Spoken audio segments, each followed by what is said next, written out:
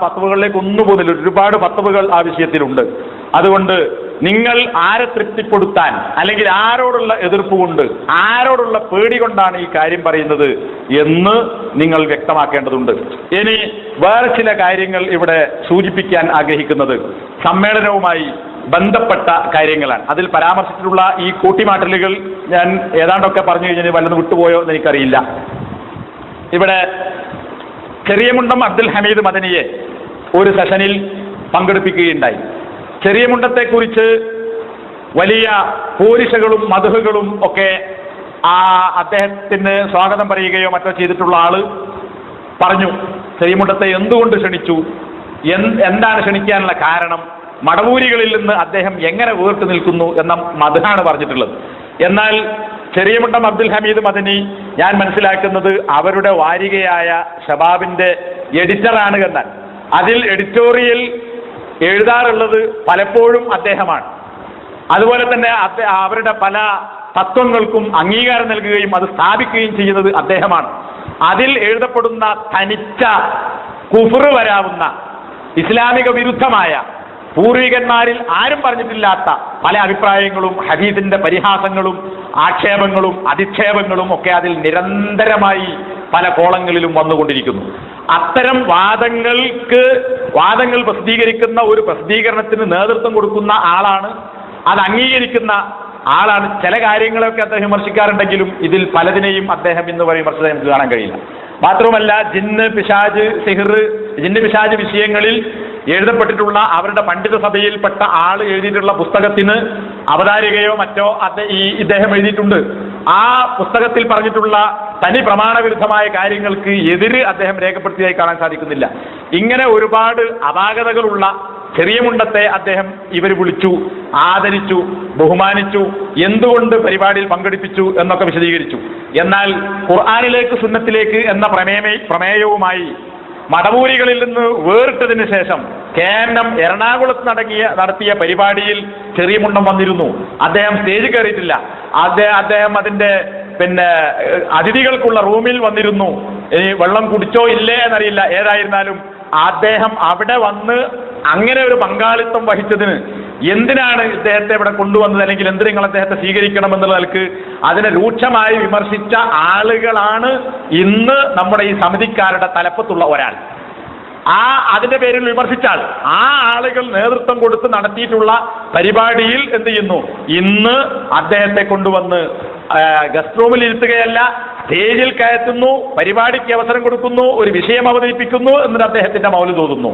ഇനിയോ മുജാഹിദ് ബാലുശ്ശേരി എന്ന് പറയുന്ന നേരത്തെ പറഞ്ഞ സിറാജിന്റെ സഹോദരൻ, അദ്ദേഹം മുമ്പ് നടത്തിയ പ്രസംഗങ്ങൾ പരിശോധിച്ചാൽ നമുക്ക് കാണാം. അദ്ദേഹത്തിന്റെ വാചകം ഞാൻ ഇവിടെ വായിക്കാം. മടവൂരികളെ ഒരു വാചകം കൊണ്ട് സപ്പോർട്ട് ചെയ്താൽ അള്ളാഹു വിടൂല. എന്താ പറഞ്ഞത്? മടവൂരികളെ ഒരു വാചകം കൊണ്ട് സപ്പോർട്ട് ചെയ്താൽ എന്ത് ചെയ്യില്ല, അള്ളാഹു വിടൂല. ഒരു ഉറുപ്പിക കൊണ്ട്, റിയാല് കൊണ്ട് സഹായിച്ചാൽ ആ ദാനം പടച്ചോൻ പൊറുക്കൂല. ഇത് അള്ള പൊറുക്കൂല, ശിർക്കല്ലാത്തതൊക്കെ അള്ള പൊറുക്കൂന്നാണ്. അള്ള പൊറുക്കൂല എന്ന് പറയാൻ മുജാഹിദിന് എന്താ അധികാരം? അള്ള പൊറുക്കൂല എന്ന് പറഞ്ഞ ഒരാളെ നിനക്കെന്താണ് അധികാരം എന്ന് പറഞ്ഞ അള്ള നരകത്തിലിട്ടൊന്നൊരു ഹദീസ് കാണാം. ഗുരുതരമായ കാര്യമാണ് അള്ള പൊറുക്കൂലെന്ന്. അപ്പോ മടവൂരികൾക്ക് ഒരു ഉറുപ്പിക ദാനം കൊടുത്താൽ അള്ള പൊറുക്കൂല എന്ന് അള്ളാന്റെ വിധി പറയാൻ മുജാഹിദിനെ ആരെ ഏൽപ്പിച്ചത്? അങ്ങനെ പറഞ്ഞാൽ മാത്രവുമല്ല, മടവൂരികളുമായി ബന്ധം പുലർത്തുന്നവർ പോലും അവരുടെ ഈമാനിൽ പുഴുക്കുത്ത് ചേർന്നിരിക്കുന്നു. മടവൂരികളുമായി വാചകം കൊണ്ട് സപ്പോർട്ട് ചെയ്യാൻ പാടില്ല, ഒരു ഉറുപ്പിക കൊണ്ട് സപ്പോർട്ട് ചെയ്യാൻ പാടില്ല.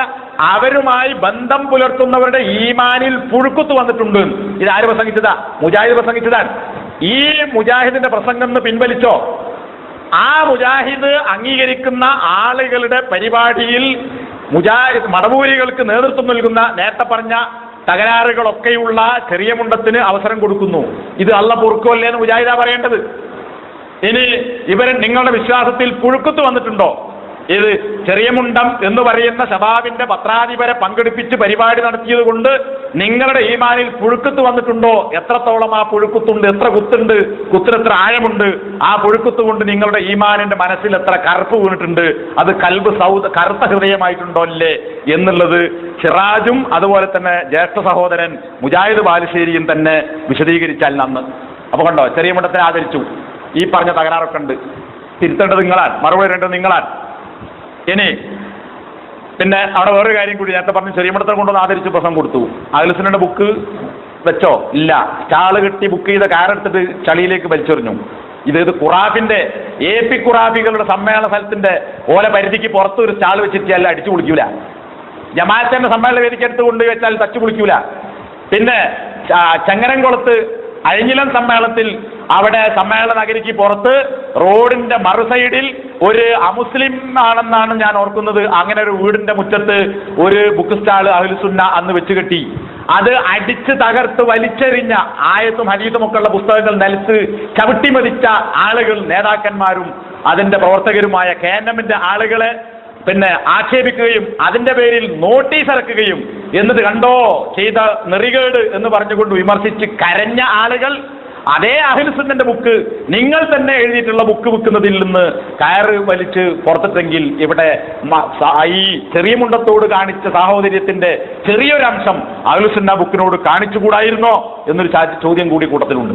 പിന്നെ ചെറിയ പറപ്പൂര് നേരത്തെ പറഞ്ഞല്ലോ, ഈ പിന്നെ മലപ്പുറം ജില്ലാ പഞ്ചായത്ത് പ്രസിഡന്റിന്റെ ആള് പങ്കെടുത്ത ആ ശിർക്ക് വരാവുന്ന അള്ളാഹുവിന് തുല്യം, പിന്നെ അദ്ദേഹം പറഞ്ഞ ദൈവത്തിന് തുല്യം പാണക്കാട് തങ്ങളെ തുല്യപ്പെടുത്തിയ, അതൊന്നും എതിർക്കാത്ത, പിന്നെ കുത്തൊക്കെ ഏറ്റുവാങ്ങിയ ആ ചെറിയ പറപ്പൂരുണ്ടല്ലോ, അത് അയാളുടെ നല്ല പിടയും ഇയച്ചേരിക്കും സുരേന്ദ്രനൊക്കെ വേദി കൊടുത്തതും ദുഃഖം രേഖപ്പെടുത്തിയതും സമയം കൊടുക്കാൻ കഴിയാത്തതിൽ ഈ പറപ്പൂരിന് എന്നാണ് സലഫിയത്ത് കിട്ടിയത് എന്ന് ഫൈസൽ മൗലവി ഒന്ന് വിശദീകരിക്കണം. കാരണം സലഫി മൻഹജ് ഉണ്ടാക്കണം എന്ന് പറയുകയും ആ മൻഹജ് എന്തിനാണ് വയസ്സായ പിന്നെ മറ്റേ കരുവള്ളി അയാൾ നമുക്ക് വിടാം, എന്നാൽ പറപ്പൂര് അങ്ങനെയല്ല, പ്രായം കൊണ്ട് മരിക്കാനായിട്ടില്ല അതിന്റെ ധ്വനി, അദ്ദേഹത്തെ നമ്മൾ ഒപ്പം കൂട്ടണമെങ്കിൽ അയാളുടെ ഒന്ന് മീറ്റർ വെച്ച് പരിശോധിക്കേണ്ടതുണ്ട്, അതിനാണ് നമ്മൾ സലഫി മൻഹജ് തയ്യാറാക്കുന്നത് എന്ന് പറഞ്ഞ ഫൈസൽ മുസ്ലിയാർ. ആ ഫൈസൽ മുസ്ലിയാർ പറപ്പൂരിന്റെ ഈ സലഫിയത്തൊക്കെ പരിശോധിച്ച് ഉറപ്പുവരുത്തിയോ? ഇനി KNMന്റെ യോഗങ്ങളിൽ മുജാഹിദ് ബാലുശ്ശേരിയെ പുറത്താക്കാനും സക്കരിയ സലാഹിയെ പുറത്താക്കാനും KNM എക്സിക്യൂട്ടീവ് എടുത്തുള്ള തീരുമാനത്തിൽ മിണ്ടാതെ അടിയിൽ ഒപ്പിട്ട ആളാണ് ആര്? പറപ്പൂര്. ജിന്നിനോടുള്ള എല്ലാ സഹായതട്ടവും ജിന്നിനോടുള്ള സഹായതട്ടം ശിർക്കാണ് എന്ന് ഒപ്പിട്ട 10 പേരിൽ ഒരാൾ പറപ്പൂരാണ്. ഇന്നുവരെ ആ വിഷയത്തിലുള്ള തന്റെ നിലപാടെന്ത്? ഞങ്ങളുടെ കൂട്ടത്തിൽ ആരും ജിന്നിനോട് ദുആ ചെയ്യുന്നവരില്ല, പ്രാർത്ഥിക്കുന്നവരില്ല എന്ന് ഒറ്റവാചകത്തിൽ പറയുകയല്ലാതെ യാഇബാദല്ല എന്ന KNMുമായും ഈ സമിതിക്കാരുമായും നമ്മളുമായും ഒക്കെ നേരത്തെ ഉണ്ടായിട്ടുള്ള ആ വിഷയത്തിൽ എന്താണ് എന്റെ നിലപാട് എന്ന് പറപ്പൂർ ഇന്നുവരെ വ്യക്തമാക്കിയിട്ടുണ്ടോ? വ്യക്തമാക്കിയിട്ടില്ല. ആ വ്യക്തമാക്കാത്ത ഇവരൊക്കെ പുറത്താക്കാൻ അംഗീകരിച്ച് മിണ്ടാതെ ഒപ്പിട്ടു പോകുന്ന പറപ്പൂരിന്റെ ഇപ്പോഴത്തെ നിലപാടെന്ത് എന്ന് ഒന്ന് വിശദീകരിക്കേണ്ടതുണ്ട്. അദ്ദേഹത്തിന്റെ ആ സലഫിയത്ത് ഒന്ന് പറയട്ടെ. ഫൈസൽ മുസ്ലിയാർ എന്താണോ, ഫൈസൽ മുസ്ലിയാർ എന്ന് പറഞ്ഞാൽ അപാകത്തുണ്ടോ എനിക്കറിയില്ല, നേരത്തെ ഫൈസൽ മുസ്ലിയാർ എന്നും പിന്നെ ഫൈസൽ മൗലവി എന്നും പിന്നെ ഫൈസൽ മുസ്ലിയാർ പുതുപ്പറമ്പ്, ഫൈസൽ മൗലവി പുതുപ്പറമ്പ്, ഇപ്പം കാണുന്നത് ഫൈസൽ പുതുപ്പറമ്പ് എന്നാണ്. ഏത് പേരിൽ പറഞ്ഞാലും ശരി, പണ്ട് പുളിക്കലുണ്ടായിരുന്ന മരണപ്പെട്ടു പോയ മോയിൻകുട്ടി മൗലവി റഹിമഹുല്ലുണ്ട്, അദ്ദേഹം പറയാറുണ്ട്, എടാ പിലാക്കായി എന്നാലും ചക്ക എന്നാലും രണ്ടും ഒന്ന് തന്നെ സാധനം. പിലാമൽ എന്നാണ് കായ്, അതിനാണ് ചക്ക എന്നത്. അതുപോലെ ഇവിടെ ഫൈസൽ പുതുപ്പറമ്പ് എന്നാലും പിന്നെ ഫൈസൽ മുസ്ലിയാർ എന്നാൽ ഫൈസൽ മൗലവി എന്നാലും ഒക്കെ ഒരാൾ തന്നെ, എന്താട്ടെ. അപ്പോ ആ ഫൈസൽ മുസ്ലിയാർ എന്താണോ പേടിച്ചത്, അതായത് പറപ്പൂണ്ടൊക്കെ നമ്മൾ കൊണ്ടുവരണമെങ്കിൽ സലഫിയത്തൊക്കെ മുമ്പ് കാണിച്ചിട്ട് എന്നിട്ട് ഇതൊക്കെ നിങ്ങൾ അംഗീകരിക്കുന്നുണ്ടെന്ന് ഉറപ്പ് വരുത്തിയിട്ടേ നമുക്ക് കൂടെ കൂട്ടാൻ പാടുള്ളൂ. അപ്പൊ ഒരു പേടി, എന്തോ ഒരു പേടി ഫൈസൽ മുസ്ലിയാർ മനസ്സിലുണ്ട്. ആ ഫൈസൽ മുസ്ലിയാർ ജാമിയത്തുൽ ഹിന്ദിൽ പറപ്പൂരിനെ അധ്യാപകനായി ചേർത്തു. അന്നും ഫൈസൽ മൗലവി പറഞ്ഞാൽ എന്താ, അദ്ദേഹത്തെ ഒരു വിസിറ്റിംഗ് പ്രൊഫസർ എന്നുള്ള ആഴ്ചയിൽ 2-3 ദിവസം അങ്ങനെ കുറച്ച് ക്ലാസ് എടുക്കാൻ വേണ്ടിയിട്ട് അങ്ങനെ കൊണ്ടുവന്നതാണ്. കൊണ്ടുവന്ന് ഇപ്പോ പിന്നെ ഫൈസൽ മുസ്ലിയാർ പ്രിൻസിപ്പാൾ സ്ഥാനത്തിൽ നിന്ന് പുറത്തായിട്ട് അദ്ദേഹം സെക്രട്ടറിയായി. ഈ ഫൈസൽ മുസ്ലിയാരുടെ സ്ഥാനത്ത് ഇന്ന് പരത്തി പറപ്പൂരെത്തി. സാധാരണ കഥ പറയലുണ്ട്, അറബി ഒട്ടകത്തിന് കൈമേല് ടെന്റിൽ സ്ഥലം കൊടുത്തു, അവസാനം ഒട്ടകം നീട്ടിക്കിടന്ന് അങ്ങനെ അറബി പുറത്തായി.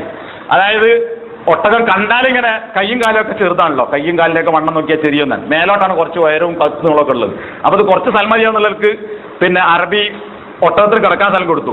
ഇതൊക്കെ കൂടെ കിടന്ന് കയ്യും കാലൊക്കെ കൂടെ നീട്ടിച്ച് വെക്കുമ്പോൾ ഒരുപാട് നീളം, ഉടല് കുറേ നീളം, അതിനേക്കാൾ കുറേ നീളം കഴുത്ത്, ഇതൊക്കെ കൂടെ നീട്ടിച്ച് വെക്കുമ്പോൾ അവസാനം കൈമ ടെന്റ് നിറച്ചും ഒട്ടകം, സ്ഥലം കൊടുത്ത് അറബി പുറത്തായി. ഇതുപോലെ വിസിറ്റിംഗ് അധ്യാപകനായി ജാമിയത്തുൽ ഹിന്ദിലേക്ക് കടന്നു വന്ന പിന്നെ പറപ്പൂര് കിടന്നു നോക്കുമ്പോൾ ഫൈസൽ മുസ്ലിയാർ പുറത്ത്. ഇപ്പോൾ ഫൈസൽ മുസ്ലിയാർ പ്രിൻസിപ്പാളല്ല, സെക്രട്ടറിയാണ്. അപ്പോൾ വിസിറ്റിംഗ് അധ്യാപകനായി വന്ന പറപ്പൂരാണ് ഇപ്പോൾ കാര്യങ്ങൾ നിയന്ത്രിക്കുന്നത്. അപ്പൊ ഇതും എന്താണോ ഫൈസൽ മുസ്ലിയാർ പേടിച്ചത് അത് സംഭവിച്ചുകൊണ്ടിരിക്കുന്നതാണ്. നിങ്ങൾക്കിടയിൽ വല്ല അഭിപ്രായ വ്യത്യാസങ്ങളുണ്ടോ? എന്തൊക്കെയോ ചിലത് മണത്തുകൊണ്ടിരിക്കുന്നു എന്നാണ് മനസ്സിലാകുന്നത്. കാരണം നിങ്ങളുടെ സമ്മേളനം നടന്ന രണ്ടാമത്തെ ദിവസം രാവിലെ, ഇനി സ്ഥലം ഞാൻ പറയില്ല, പറയുമ്പോൾ ആ സാധുക്കളെ പിന്നാലെ നിങ്ങൾ പോയിട്ട് നടപടി എടുക്കണ്ട. കോഴിക്കോട് നഗരപരിധിക്കുള്ളിലുള്ള ഒരു പള്ളിയിൽ സുബ്ഹ് നമസ്കാരത്തിന് ഒരു 10-40ഓളം നിങ്ങളുടെ ബഹുമാനപ്പെട്ട വളണ്ടിയർമാർ അവിടെ പിന്നെ കക്കൂസ് പോകാനും കുളിക്കാനും നിസ്കരിക്കാനും ഒക്കെ രാത്രി അവിടെ കിടന്നോന്ന് എനിക്കറിയില്ല, ഏതായാലും അവിടെ ഉണ്ടായിരുന്നു. ആ പരിപാടിയിൽ അവിടെ വന്ന ഈ ചെറുപ്പക്കാരായ ഒക്കെ ഒരു 10-20 പ്രായമുള്ള, അതിനൊക്കെ കുറച്ച് പ്രായം കൂടിയ ആളുകളും കുറച്ച് ആളുകളുണ്ട്, അധികവും ഈ പ്രായത്തിനടക്കുള്ള ആളുകളാണ്. ഏതോ കോളേജ് ബലങ്ങൾ ജാമ്യത്തിൽ പഠിക്കുന്നതാവും. അവർ തമ്മിൽ നടത്തിയിട്ടുള്ള ചർച്ച താജുദ്ദീൻ സലാഹിയെ എന്താണ് അരിക്കാക്കി, അല്ലേ? താജുദ്ദീൻ സലാഹിയെ അരിക്കാക്കി. പിന്നെയോ മുജാഹിദ് ബാലുശ്ശേരിയെ കൊണ്ട് നിർബന്ധിച്ച് അവസരം കൊടുത്ത് പ്രസംഗിപ്പിച്ചു. ഇതിങ്ങനെ ഈ സാധുക്കൾ തമ്മിൽ ചർച്ച ചെയ്യാം. അപ്പൊ അത് കേട്ട 2 സഹോദരന്മാർ, അതിൽ ഒരേ സാക്ഷി ഇയാളാണ്, കേട്ടാൾ. ഞാൻ പറഞ്ഞ തെറ്റെന്ന് ഉപരി പറയും. അപ്പോൾ ചോദിച്ചു, നിങ്ങൾ എവിടുന്ന മക്കളെ? ഒരുത്തം പറഞ്ഞു ഞാൻ കൊല്ലത്തുനിന്നാണ്. കൊയിലാണ്ടി കൊല്ലാണോ മറ്റേ കൊല്ലാണോന്ന് അറിയില്ല. വേറൊരുത്തം പറഞ്ഞു ഞാൻ പട്ടാമ്പിന്നാണ്. അങ്ങനെ പല സ്ഥലത്തു നിന്ന് വന്ന ആളുകളാണ്. ഈ പങ്കെടുത്ത പള്ളി ഏതാ? ജമാഅത്തെ ഇസ്ലാമിന്റെ പള്ളിയാണ്. ഈ സാധുക്കൾ കാരണം ജമാഅത്തേരെ പള്ളിയാണ്, ഇവിടെ പലരും വരും എന്ന് ഓർമ്മ ഉണ്ടാവും. നമ്മളെ പള്ളിയാണ് മനസ്സിലാക്കിയിട്ടുണ്ടാവും, ഓരോ പള്ളിയാണ്. അതുകൊണ്ടായിരിക്കും ഇങ്ങനെ പച്ചലീസ് കാര്യം ചർച്ച ചെയ്യുന്നത്. അപ്പൊ ഇവിടെ താജുദ്ദീനെ അരിക്കാക്കി എന്ന് നേരം വെളുക്കുമ്പോൾ പള്ളിയിൽ നിന്ന് കേട്ട നിങ്ങളുടെ വളണ്ടിയർമാരുടെ പ്രഭാതഗീതമാണ്. ഈ പ്രഭാതഗീതത്തിൽ ഇങ്ങനെ മാറി മണക്കാൻ മാത്രം നിങ്ങൾക്കിടയിൽ എന്തോ ഒന്ന് ഉണ്ടായിട്ടാണ് ഈ സാധുക്കൾ അങ്ങനെ പറഞ്ഞിട്ടുള്ളത്. അതെന്താ നിങ്ങളത് പോയിട്ട് ആയിക്കോളി, നമ്മൾ നിങ്ങളെ കാര്യത്തിൽ ഇടപെടേണ്ട കാര്യമല്ല. പക്ഷേ അതിൽ വേറൊരു വിഷയമുണ്ട്. എന്താണ്? പ്രോഗ്രാം നോട്ടീസിൽ ഇങ്ങനെ അരിക്കാക്കുന്ന പല പരിപാടികളും നമുക്ക് കാണാൻ സാധിക്കുന്നു. ഇത് പറയുന്നത് അഴിഞ്ഞിലം സമ്മേളനം നടന്നപ്പോൾ ഒരു നീണ്ട നോട്ടീസ് പല രംഗങ്ങൾ സോഷ്യൽ മീഡിയയിലും മറ്റൊക്കെ വന്നത് കാണാം. എന്താണ്? 35-50 ആളുകളെ പേരുകൾ എഴുതിയിട്ടുണ്ട്. ഒരുപാട് ആളുകളെ, എൻ്റെ പേരുണ്ടായിരുന്നു ആ കൂട്ടത്തിൽ. ഞാൻ പറഞ്ഞല്ല, ഞാൻ അംഗീകരിച്ചിട്ട് കൊടുത്തതല്ല, അങ്ങനെ ആരെ എഴുതി വിട്ടതാണ്. അതൊക്കെ നിങ്ങളായിക്കതിൻ്റെ പിന്നിൽ പല കളികളും കളിപ്പിച്ച ആളുകളാണല്ലോ. അപ്പോൾ ഒരുപാട് പണ്ഡിതന്മാരുടെ പേര് കൊടുത്തിട്ട് ഇവരൊന്നുമില്ലാത്ത PN അബ്ദുൽ ലത്തീഫ് അതിന് ഇങ്ങനെ ഫൈസൽ മുസ്ലിയാർ ഇങ്ങനെ ആരിഫ് അലി ഇങ്ങനെ കുറേ ആൾ ഇവരൊന്നുമില്ലാത്ത സമ്മേളനത്തിന് നമ്മളില്ല എന്ന് പറഞ്ഞിട്ട് നോട്ടീസുകൾ ഇറക്കിയിരുന്നു, സോഷ്യൽ മീഡിയയിൽ പ്രചരിപ്പിച്ചിരുന്നു. എന്നാൽ ഇന്ന് എന്തുകൊണ്ട് നിങ്ങൾ അത്തരം ഒരു നോട്ടീസ് ഇറക്കിയില്ല? നിങ്ങളെ പരിപാടി പരിശോധിച്ചപ്പോൾ സുഹൈർ ചുങ്കത്തറിന്റെ പേരേ കാണാനില്ല. സുഹൈർ ചുങ്കത്തറ പ്രസംഗിക്കാത്ത കേരളത്തിന്റെ മുക്കുമൂലകൾ പരിശോധിച്ചാൽ ഉണ്ടാവുമോ? മിക്ക സ്ഥലങ്ങളിലും യാതൊരു ജാടയുമില്ലാതെ പല സ്ഥലങ്ങളിലും പോയി പ്രസംഗിക്കുന്ന ഒരാളാണ് സുഹൈർ ചുങ്കത്തറ.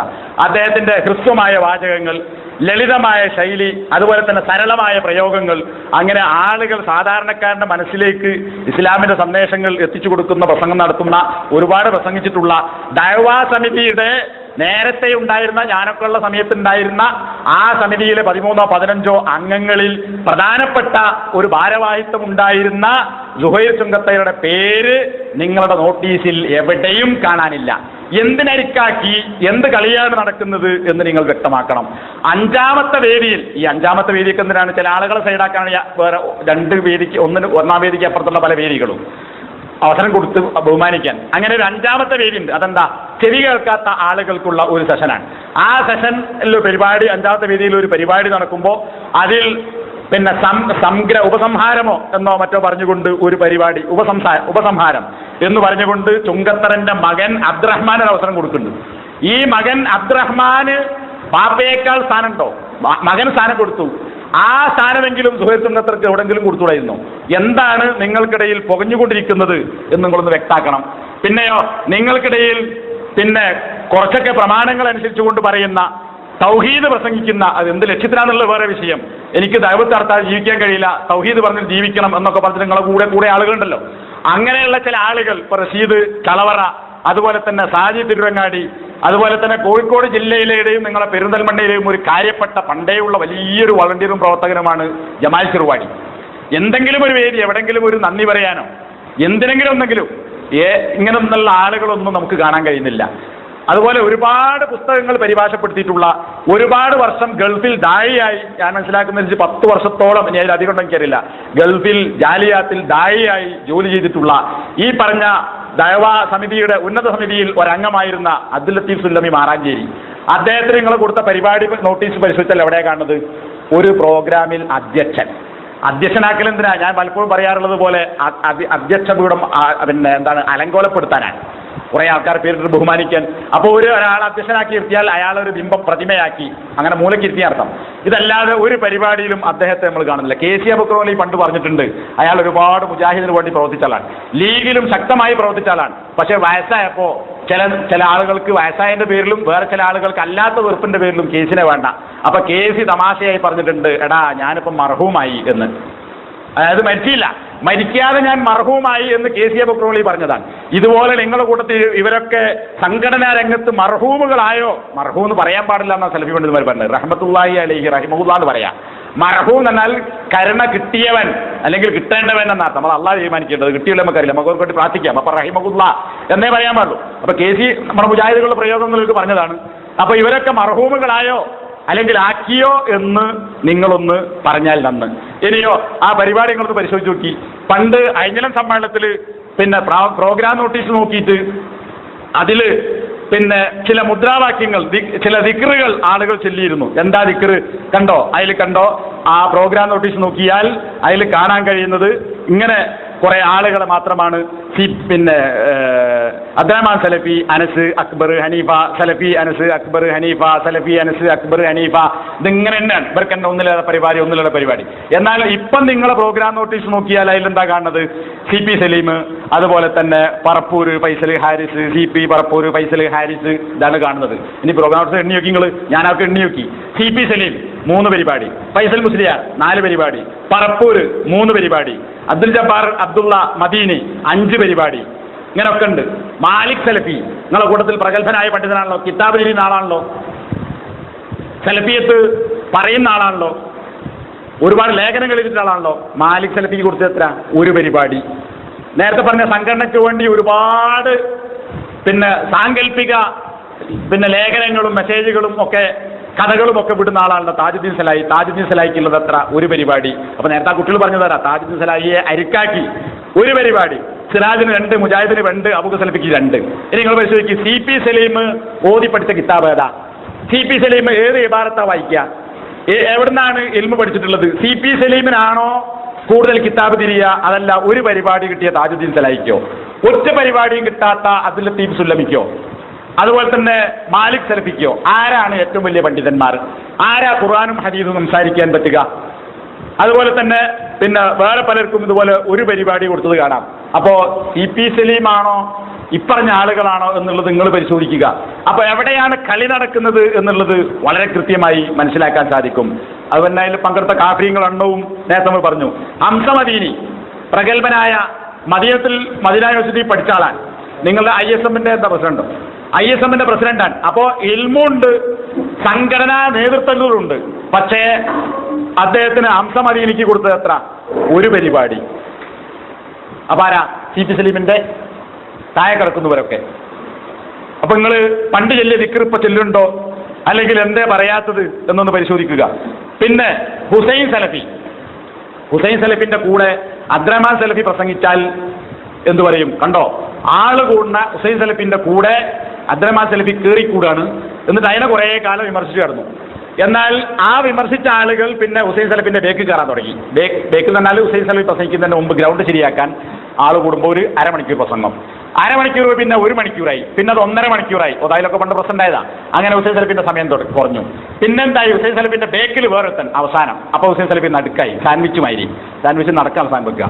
പിന്നെ അത് കഴിഞ്ഞ് കുറച്ചുകൂടി മുന്നോട്ട് പോയപ്പോൾ അവസാനം ഒരുത്തനെ ബേക്ക് കയറ്റിയാൽ മെല്ലെ മെല്ലെ വണ്ടി ഓടിക്കണം ഉന്തിയിട്ട് ബേക്ക് കയറിയ ഡ്രൈവറാണ് അവസ്ഥയിൽ ഹുസൈൻ സലഫിനെ മെല്ലെ തള്ളി മാറ്റി ഡ്രൈവർ ഇപ്പോൾ ഹാരിസും സലീമും ടി കെ അഷ്റഫും CP സലീമും ഒക്കെ ആയി മാറി. ഹുസൈൻ സലഫി പുറത്ത്. അഴിഞ്ഞിലും സമ്മേളനത്തിൽ ഒരുപാട് ആളുകൾ സഹതപിച്ചിട്ടുണ്ട്, പരിഭവിച്ചിട്ടുണ്ട്. എന്തിന്റെ പേരിൽ? ഹുസൈൻ സലഫിക്ക് കൊടുത്ത വിഷയം ഞാൻ ഓർക്കണില്ല.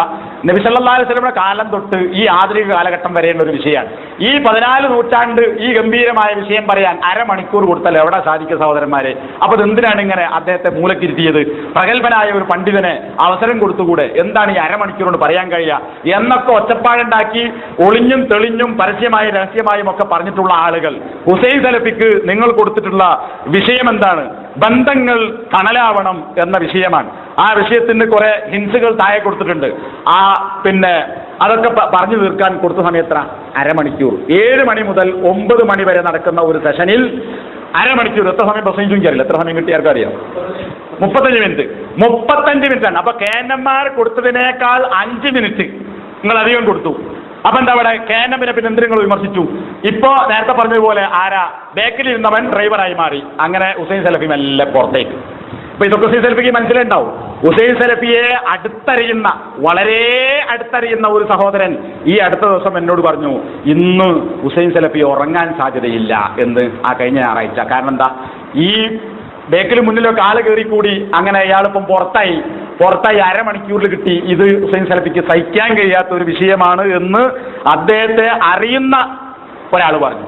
ഇനിയോ കേന്ദ്രമും കൂടി സംയുക്തമുള്ള സമയത്താണ് മതം സുരക്ഷയാണ് എന്ന ക്യാമ്പയിൻ അല്ലേ കോഴിക്കോട് അടുത്ത് കടപ്പുറത്ത് കേന്ദ്രം പോയിട്ടുള്ള സമയത്താണ്. പക്ഷെ അന്നത് അതിന്റെ നേതൃത്വം ISM-നാണ്. ISM-ന്റെ അന്നത്തെ തലപ്പത്തുണ്ടായിരുന്നത് ഇന്ന് ഈ കളിയൊക്കെ കളിപ്പിക്കുന്ന TK ഹാരിസും സലീമും അതുപോലെ തന്നെ എവിടെയും പൊന്താതെ മുങ്ങി നടക്കുന്ന സയ്യിദ് ഷാക്കിറുമാണ്. ഇവരൊക്കെ നടത്തിയിട്ടുള്ള ഒരു യോഗത്തിൽ പങ്കെടുത്ത ഒന്നിൽ കൂടുതൽ ആളുകൾ ആ യോഗത്തിൽ പരാമർശിക്കപ്പെട്ട ഒരു വിഷയം ഹുസൈൻ സലഫിയെ പങ്കെടുപ്പിക്കാതിരിക്കാനാണ് ആ സമാപന സമ്മേളനത്തിൽ ചർച്ച നടന്നത്. എന്നിട്ട് എന്തായാലും പറഞ്ഞത്, ജനപ്രിയ താരങ്ങൾ നമുക്ക് വേണ്ടതില്ല, ഫാൻസി അസോസിയേഷന്റെ ആളുകൾ വേണ്ടതില്ല. അപ്പോ ആളെ കണ്ടിട്ടല്ല, ആൾക്കൂട്ടം വ്യക്തികളുടേതല്ല, മറിച്ച് അത് സംഘടനയുടേതാണ്. അപ്പൊ സംഘടനയുടേതാണ് ആൾക്കൂട്ടം. അതുകൊണ്ട് ആളെ കണ്ടിട്ട് എന്ത് ചെയ്യണം? ആളെ കണ്ടിട്ട് ആളുകൾ കൂടണ്ട. അതുകൊണ്ട് ഹുസൈൻ സലഫി വേണ്ട എന്ന് തീരുമാനിച്ചു. ആ മതം സുരക്ഷയാണ് എന്ന ക്യാമ്പയിന്റെ സമാപത്തിൽ ഹുസൈൻ സലഫിയുടെ സ്ഥാനത്ത് കളിയൊക്കെ കളിച്ച് പ്രസംഗിച്ചതാരാ? CP സലീമിനെ കൂടെ ഇങ്ങനെ തൊണ്ടയടറി പ്രസംഗിച്ചിട്ട് അവസാനം ഒച്ച പോയിട്ട് പ്രസംഗം അവസാനിപ്പിക്കുകയാണ് ചെയ്തത്. അപ്പോ ഇതിപ്പോഴുള്ള ഒരു തീരുമാനമല്ല. പണ്ടേ ഈ ആളുകൾ ഹുസൈൻ സലഫിക്കെതിരിൽ കളി തുടങ്ങിയിട്ടുണ്ട്. അത് പണ്ടുകൾ നടപ്പിലാക്കിയിട്ടുണ്ട്. ഇപ്പൊ നിങ്ങൾ മുന്നിൽ കയറി ബേക്കിൽ കയറി അവസാനപ്പോൾ സലഫിനെ പിടിച്ച് പുറത്തേക്കാക്കി. അതപ്പോ പണ്ട് തുടങ്ങിയ അതേ അടവ് ഇപ്പോൾ നിങ്ങൾ പ്രയോഗിച്ചു കൊണ്ടിരിക്കുന്നു. ജനപ്രിയ താരങ്ങൾ വേണ്ട എന്നുള്ള നിലക്കാണ്. അപ്പൊ കേന്ദ്രന്മാരങ്ങൾ എന്ത് വിമർശിച്ചുവോ അതേ പണി ഇപ്പോൾ നിങ്ങൾ തന്നെ ചെയ്തുകൊണ്ടിരിക്കുന്നു എന്നുള്ളത് സത്യമായി പുലർന്നു കഴിഞ്ഞ ഒരു കാര്യമാണ്. പിന്നെ ലോക സലഫി പണ്ഡിതന്മാരുടെ കയ്യൊപ്പ് ലഭിച്ചിട്ടുണ്ട് എന്നാണ് നിങ്ങൾ സമ്മേളനത്തിൽ ഒച്ചത്തിൽ പറഞ്ഞൊരു വിഷയം. ആര്? ഷെയ്ഖ് സാലിഹ് അൽ ഫൗസാൻ, അബ്ദുൽ അസീസ് ആൽ ഷെയ്ഖ്, പിന്നെ ഒരുപാട് ആൾക്കാരെ പേരെ കൊടുത്തിരുന്നു. ഈ പേരുന്നതിൽ ആൾക്കാരെ കണ്ടിട്ടില്ല നമ്മൾ. അവരുടെയൊക്കെ കയ്യൊപ്പ് നിങ്ങൾക്കുണ്ട്. നിങ്ങൾക്ക് ഓല കയ്യൊപ്പ് മാത്രമല്ല, EHCന്റെ കയ്യൊപ്പുണ്ട്, സുരേന്ദ്രന്റെ കയ്യൊപ്പുണ്ട്, 16 കാപ്പറുടെ കയ്യൊപ്പ് നിങ്ങൾക്കുണ്ട്. പിന്നെ അബ്ദുൽ ഹമീദ് മദീനിയുടെ മടവൂരിയുടെ കയ്യൊപ്പുണ്ട്. അങ്ങനെ എല്ലാവരുടെ കയ്യൊപ്പും നിങ്ങൾക്കുണ്ട്. പിന്നെ ഒരുപാട് വിധേയികൾ പങ്കെടുത്തില്ല, അവരൊക്കെ കയ്യൊപ്പും ഉണ്ട്. അപ്പൊ എല്ലാവരുടെയും കയ്യൊപ്പാണ് നിങ്ങൾ ഉദ്ദേശിക്കുന്നത്. ഇനി വേറെ ചോദ്യം, നിങ്ങൾക്ക് എപ്പോഴാണ് ഈ ഷെയ്ഖുമാരുടെ കയ്യൊപ്പ് ആവശ്യമായി വന്നത്? ഇപ്പൊ യാഇബാദുള്ള അഴിനൂനി എന്ന ഹദീസിന്റെ വിഷയത്തിൽ ഹുസൈൻ സലഫിയെ KNMകാർ വിമർശിച്ച് പുറത്താക്കാനുള്ള കാരണം എന്താ? കഴിഞ്ഞ സമ്മേളനത്തിൽ വിഷയം പറയാൻ കൊടുത്ത സമയത്ത് എന്ത് ചെയ്തു? ഷെയ്ഖുമാരിലേക്ക് മടങ്ങണം, ലോക സലഫി പണ്ഡിതന്മാരിലേക്ക് മടങ്ങണം എന്ന് സമ്മേളനത്തിൽ പറഞ്ഞതാണ് ഹുസൈൻ സലഫിയെ പുറത്താക്കാനുള്ള കാരണം. അതിനാണ് നിങ്ങൾ 10,000-10,000 നോട്ടീസ് അടിച്ചിട്ട് വെള്ളിയാഴ്ച ജുമാക്കേസും മറ്റും പള്ളികളിൽ വിതരണം ചെയ്തത്. അപ്പോൾ പണ്ഡിതന്മാരിലേക്ക് മടങ്ങണം എന്ന് സലഫി പറഞ്ഞപ്പോൾ KNMകാർ അംഗീകരിച്ചില്ല. അന്ന് പണ്ഡിതന്മാരിലേക്ക് മടങ്ങാൻ വേണ്ടി നിങ്ങൾ ആളുകളെ ക്ഷണിച്ചു. അത് KNMകാരുടെ സ്വീകരിക്കാത്തത് കുറ്റമായി കണ്ടു. എന്നാൽ സംഘടനയ്ക്ക് ചില ശുറൂത്തുകളുണ്ട്. അതനുസരിച്ച് പണ്ഡിതന്മാരോട് ചോദിച്ചിട്ട് നമ്മുടെ നിലപാടുകൾ സ്വീകരിക്കണം എന്ന് സക്കരിയ സലാഹി പറഞ്ഞപ്പോ അത് മറ്റേ അത്താണിക്കലുള്ള തങ്ങളുടെ വീടിന്റെ മുകളിൽ വെച്ച് രാത്രി കൂടിയ നീണ്ടു നിന്ന യോഗത്തിൽ അന്ന് ഞാനും ആ യോഗത്തിൽ പങ്കെടുത്തിട്ടുണ്ട്. ആ യോഗത്തിൽ സമിതിയിൽ പെടാത്ത ഒരാൾ അതിഥിയായി നാട്ടിൽ വന്ന യോഗത്തിൽ പങ്കെടുത്ത അതിഥിയായ ആള് NV സാലിം സാഹിബാണ്. അദ്ദേഹം ഈ സക്കരിയ സലാഹി അഭിപ്രായം പറഞ്ഞപ്പോ NV സാലിം എന്താ പറഞ്ഞത്? സക്കരിയ, എനക്കറിയോ ഈ ആളുകൾക്ക് ഗൾഫിലെ ഷെയ്ഖുമാർക്ക് നമ്മുടെ സാഹചര്യം അറിയുകയില്ല. ഇനി വേണോ സക്കരിയ, എനിക്ക് ഒരൊറ്റ വിഷയത്തിൽ 2 വിരുദ്ധ ഫത്വകൾ അവരിൽ നിന്ന് ഞാൻ വാങ്ങിക്കൊണ്ടുവന്നു തരാം. അപ്പൊ നോക്കൂ, ഒരു വിഷയത്തിൽ 2 വിരുദ്ധ ഫത്വ കൊടുക്കാൻ അബൂബക്കർ മുസ്ലിയാർ, ഇക്കാസ മുസ്ലിയാർ ഗൾഫിലെ ഷെയ്ഖുമാർ കിബാർ ഉലമ NV സാലിം പറഞ്ഞ അർത്ഥമല്ലേ? ഒരു വിഷയത്തിൽ 2 ഫത്വ കൊടുക്കാൻ ഇക്കാസ മുസ്ലിയാരാണോ? ആ സ്ഥലത്തിലേക്ക് തരം താഴ്ത്തി. അതുകൊണ്ട് ഞങ്ങൾക്ക് ചോദിക്കേണ്ട ആവശ്യമില്ല. ആരിഫ് ബിൻ സലീമും മറ്റും പറഞ്ഞു ഞങ്ങൾക്ക് യാതൊരു സംശയമില്ല. സംശയമുള്ള ചോദിച്ചോളി, നിങ്ങൾക്ക് സംശയം നിങ്ങൾ ചോദിച്ചോളി, ഞങ്ങൾക്ക് യാതൊരു സംശയമില്ല ഈ വിഷയത്തിൽ. അപ്പൊ വേറൊരാൾ പറഞ്ഞു ചോദിച്ചാൽ ഫത്വ കിട്ടിയാൽ അംഗീകരിക്കേണ്ടി വരും, അഥവാ ചോദിച്ചിട്ട് എതിരാണെങ്കിലോ അംഗീകരിക്കാൻ പറ്റില്ല. അപ്പൊ പിന്നെ ഏതായാലും ചോദിക്കേണ്ടത് തീരുമാനിച്ചു. അപ്പൊ നിങ്ങൾ സംഘടന എങ്ങനെ കൊണ്ടുപോകണം എന്ന വിഷയത്തിൽ ലോക പണ്ഡിതന്മാരുടെ നിലപാട് നിങ്ങൾക്ക് വേണ്ട, അതിലേക്ക് മടങ്ങേണ്ടതില്ല. അവർക്ക് സാഹചര്യം അറിയില്ല എന്ന് നിങ്ങൾ പറഞ്ഞു. അതേ നിങ്ങൾ യായ്പാദന്റെ വിഷയത്തിൽ കേന്ദ്രമുകാർ ഇത് പറഞ്ഞപ്പം അവരെ നിങ്ങൾ എതിർത്തു. അപ്പൊ നിങ്ങൾക്ക് എപ്പോഴാണ് ലോകം തിരിയുന്ന, കാലത്തിന്റെ ചുമരെഴുത്ത് വായിക്കുന്ന, കേരളത്തിന്റെ പശ്ചാത്തലം മനസ്സിലാകുന്ന, നിങ്ങൾക്ക് കയ്യൊപ്പ് തരാൻ മാത്രം ബുദ്ധിയും വിവേകവുമുള്ള പണ്ഡിതന്മാരായി ഷെയ്ഖ് ഫൗസാനും അതുപോലെ തന്നെ ആൽ ഷെയ്ഖും ഒക്കെ മാറിയത് എന്നത് നിങ്ങളൊന്ന് വിശദീകരിച്ചാൽ തിരക്കേടില്ല. കാരണം നിങ്ങൾക്ക് ഇപ്പോൾ ചില ആവശ്യങ്ങൾ അതുകൊണ്ടുണ്ട്, അതിനാണ് നിങ്ങളത് നടത്തിയിട്ടുള്ളത്. ഇനി നിങ്ങൾ വീഡിയോ കോൺഫറൻസിലൂടെ ലൈവായി ഉദ്ഘാടനം ചെയ്യുന്നു എന്ന് പറഞ്ഞിട്ട് നിങ്ങളിവിടെ പരിപാടിക്ക് അവതരിപ്പിച്ചല്ലോ. നിങ്ങളെ ട്യൂൺ ഇസ്ലാം ഞാൻ അങ്ങനെ തന്നെ പറഞ്ഞു. ട്യൂൺ ഇസ്ലാമിന്റെ ട്യൂണല്ല, നിങ്ങൾക്കൊരു സൈറ്റ് ഉണ്ട്, അത് ഇസ്ലാമിന്റെ ട്യൂണല്ല, നിങ്ങളെ ട്യൂണുള്ള ഇസ്ലാമാണ്. അങ്ങനെ സൈറ്റ് ഉണ്ടല്ലോ, അതിൽ നിങ്ങൾ പരിപാടികളൊക്കെ കൊടുത്തിട്ടുണ്ട്. പക്ഷേ ഞാനത് നോക്കിയിട്ടില്ല. നോക്കിയ ആളുകൾ പറഞ്ഞു നിങ്ങൾ ഈ കയ്യൊപ്പ് അവകാശപ്പെടുന്ന പണ്ഡിതന്മാരുടെ പ്രസംഗം ഈ സൈറ്റിലില്ല, ഓഡിയോ ഇല്ല, വീഡിയോ ഇല്ല. എവിടെങ്കിലും ഒന്ന് കൊടുക്കി, നിങ്ങൾ എന്തെങ്കിലും കൊടുക്കാത്തത്, എന്തെങ്കിലും മാറ്റിവെച്ചത് അതൊന്ന് വെളിച്ചത്ത് കാണിക്കി. അങ്ങനെ കയ്യൊപ്പാണെങ്കിൽ അതൊന്ന് കാണട്ടെ. ഇനി നിങ്ങളുടെ പരിപാടി അബ്ദുൽ അസീസ് ആൽ ഷെയ്ഖ് ഗ്രാൻഡ് മുഫ്തി ഉദ്ഘാടനം ചെയ്യുന്നു. നമ്മൾ മനസ്സിലാക്കിയതനുസരിച്ച് നിങ്ങൾ ആഴ്ചകൾക്കോ മാസങ്ങൾക്കോ മുമ്പ് പറപ്പൂരും ഫൈസൽ മുസ്ലിയാരും ഒക്കെ സൗദിയിൽ പര്യടനം നടത്തിയിട്ടുണ്ട്. അങ്ങനെ ഞങ്ങൾ ആൽ ഷെയ്ഖിനെ ഗ്രാൻഡ് മുഫ്തിയെ കണ്ടിട്ടുണ്ട്, ക്ഷണിച്ചിട്ടുണ്ട്, സംസാരിച്ചിട്ടുണ്ട് എന്ന് ജാമിയത്തുൽ ഹിന്ദിൽ നടന്നിട്ടുള്ള പരിപാടിയിൽ നിങ്ങൾ അവകാശപ്പെട്ടിട്ടുണ്ട്. ശരിക്കും നിങ്ങൾക്ക് പറ്റുമോ? അപ്പൊ അങ്ങനെ നിങ്ങൾ നേരത്തെ സന്ദർശിച്ചപ്പോൾ വല്ല മൊബൈലിലോ എവിടെയെങ്കിലും എടുത്തു വന്ന ഒരു കാര്യം അത് നിങ്ങൾ സ്ക്രീനിൽ കാണിച്ച് ഇത് ലൈവാണെന്ന് അവിടെ കൂടിയ ആളുകളെയും കണ്ടുകൊണ്ടിരിക്കുന്ന മനുഷ്യന്മാരെയും തെറ്റിദ്ധരിപ്പിച്ചതല്ലേ? അല്ലെങ്കിൽ നിങ്ങൾ വ്യക്തമാക്കണം എന്തുകൊണ്ട് നിങ്ങൾ പുറത്തുവിടുന്നില്ല. ഇനി മാത്രവുമല്ല, അവിടെ ആളിപ്പോ എവിടെയോ കിടക്കുന്ന അബ്ദുൽ അസീസ് ആൽ ഷെയ്ഖ്, അദ്ദേഹം ലൈവായിട്ടാണെങ്കിൽ ഇതാ ഷെയ്ഖിനെ നമ്മുടെ പരിപാടിയിലേക്ക് ക്ഷണിക്കുന്നു എന്നുകൊണ്ട് സ്വാഗതം പറ്റി നന്ദി പറയാം. എന്നാൽ നേരത്തെ റെക്കോർഡ് ചെയ്ത് കൊണ്ടുവന്ന, ഇനി ചില ആളുകൾ സൂചിപ്പിക്കുന്നത് പോലെ എഡിറ്റ് ചെയ്തിട്ടുള്ള ആ നേരത്തെ റെക്കോർഡ് ചെയ്ത സാധനം നിങ്ങൾ സ്ക്രീനിലിട്ട് കാണിച്ചു, എന്നിട്ട് അവിടെ ഒരു സ്വാഗതം. ഒരു പ്രഗത്ഭനായ നേതാവ് അയാളെ തർഹീബ് നിർത്താൻ സ്വാഗതം ചെയ്യാൻ, പിന്നെയോ അത് കഴിഞ്ഞിട്ടൊരു നന്ദി, എന്നിട്ട് പിന്നെ കയ്യൊപ്പിന്റെ അവകാശവാദം. സഹോദരന്മാരെ, ലൈവാണെങ്കിൽ ഇതൊക്കെ ശരിയാണ്. എന്തിനാണ് ഈ കാപട്യം? എവിടെയോ കിടക്കുന്ന ഒരാൾ ഇപ്പോൾ ഈ പരിപാടി എന്ന് നടക്കുന്നു എന്ന് ഉറപ്പില്ലാത്ത, ഇനി ഞാൻ പറഞ്ഞ തെറ്റുണ്ടെങ്കിൽ തിരുത്താം, നിങ്ങൾ ബോധ്യപ്പെടുത്തി. ഞാൻ മനസ്സിലാക്കിയതനുസരിച്ചാണ് ഞാൻ പറയുന്നത്. ഉണ്ടെങ്കിൽ തെറ്റാണെങ്കിൽ തിരുത്തും തീർച്ച. അപ്പോ അങ്ങനെയുള്ള ഒരു ആളെ സാങ്കല്പികമായി കണ്ട് ക്ഷണിച്ച് നന്ദി പറഞ്ഞ് ഈ കൂടിയ നിങ്ങളുടെ ഈ പാവപ്പെട്ട ജനങ്ങളെ പൊട്ടന്മാരാക്കി എന്തിനാണ് ഇങ്ങനെ ഒരു കപട നാടകം അഭിനയിച്ചത്? ഇതിന് പിന്നിൽ നിങ്ങൾക്ക് ഇതൊരു ലക്ഷ്യമുണ്ട്. എന്തിനാണ്? ഇതൊക്കെ യഥാർത്ഥ സലഫിയത്താണ്. കണ്ടോ, ഇവരൊക്കെ ഞങ്ങൾക്ക് ആശീർവാദം തന്നിരിക്കുന്നു. ആശീർവാദം മറ്റേ ചങ്ങായി പ്രയോഗിച്ചതാണ്. അപ്പോ ഇതൊക്കെ നിങ്ങൾക്ക് ഇപ്പോൾ വേണമെന്ന് തോന്നിയിരിക്കുന്നു, നിങ്ങളുടെ ഈ കാര്യങ്ങൾക്കൊക്കെ തെളിവ് പിടിക്കാൻ. പിന്നെയോ ഫോട്ടോ അനുവദനീയമല്ല എന്ന് നിങ്ങൾ പറഞ്ഞില്ലേ? എന്നാൽ കണ്ടോ, ഇവരൊക്കെ വീഡിയോയിലൂടെ ഞങ്ങളുടെ മുമ്പിൽ പ്രത്യക്ഷപ്പെട്ടില്ലേ എന്ന് അവകാശപ്പെടുന്നു. അവരുടെ വീഡിയോ നിങ്ങൾ പ്രദർശിപ്പിച്ചോ ഫോട്ടോ പ്രദർശിപ്പിച്ചോ എന്നത് ഞങ്ങൾക്ക് തെളിവല്ല, അതവർ അംഗീകരിച്ചതുമല്ല.